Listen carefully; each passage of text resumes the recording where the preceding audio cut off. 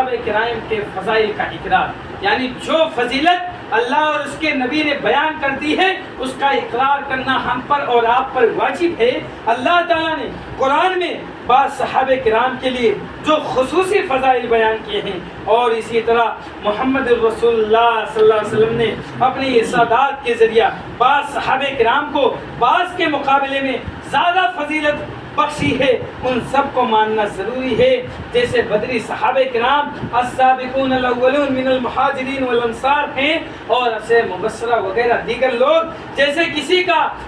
فضائل و مناقب کسی صحابہ سے بڑھ کر ہے اور کسی کا ان سے کم ہے، تو ہمیں ان میں یہ نہیں کہنا چاہیے کہ ان کی کم کیوں ہے، ان کی زیادہ کیوں ہے، بلکہ ہم کو جو اللہ اور اس کے رسول نے بتا دیا ہے کہ یہ ان کے فضائل و مناقب ہیں، ان پر آمنا و صدقنا کر لینا ہے۔ ہم کو ان کے بارے میں سوالات نہیں کرنے ہیں، ان کے ہم کو بارے میں چوچرا نہیں کرنی ہے، بلکہ اللہ رب العزت کی وہی بات کو مان کر کے اس پر راضی ہو جانا ہے۔ پانچویں بات یہ ہے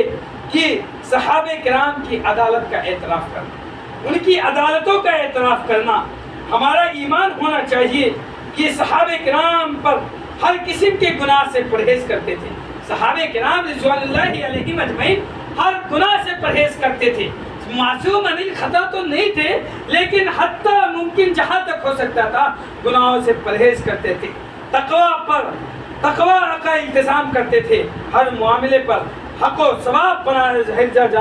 بناتے تھے۔ اگر ان میں سے کسی سے کوئی غلطی ہوئی ہے تو وہ اجتہادی غلطی تھی، یا پھر بتقاضائے بشریت یعنی انسانی ہونے کے ناطے کوئی غلطی ہو گئی ہے جس پر وہ اصرار نہیں کرتے۔ وَعَلَمُوا أَنَّ فِيكُمْ رَسُولُ اللَّهِ لَوْ يُعْطِيكُمْ فِي كَثِيرٍ مِّنَ الْأَمْرِ لَعَنِتُّمْ وَلَكِنَّ اللَّهَ حَبَّبَ إِلَيْكُمُ الْإِيمَانَ وَزَيَّنَّاهُ فِي قُلُوبِكُمْ وَكَرَّهَ إِلَيْكُمُ الْكُفْرَ وَالْفُسُوقَ وَالْعِصْيَانَ أُولَٰئِكَ هُمُ الرَّاشِدُونَ۔ اور جان رکھو کہ تم میں اللہ کے رسول موجود ہیں۔ اس وقت جب اللہ کے رسول صلی اللہ علیہ وسلم موجود تھے، صحابہ کرام رضوان اللہ علیہم اجمعین سے خطاب ہے کہ اگر وہ تمہارا کہا کرتے ہیں تو بہت امور میں تم مشکل میں پڑ جاؤ گے، اور لیکن اللہ تعالیٰ نے ایمان کو تمہارے دلوں میں محبوب بنا دیا ہے، تمہارے دلوں میں ایمان کو پیوست کر دیا ہے۔ وَلَٰكِنَّ اللَّهَ حَبَّبَ إِلَيْكُمُ الْإِيمَانَ وَزَيَّنَّاهُ فِي قُلُوبِكُمْ،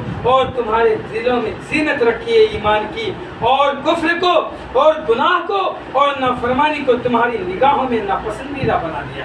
یہ صحابہ کرام رضوان اللہ علیہم اجمعین کی عظمت اور کردار ہے، ان کا قول اور ان کے مناقب اور ان کے فضائل ہیں کہ ان کے لیے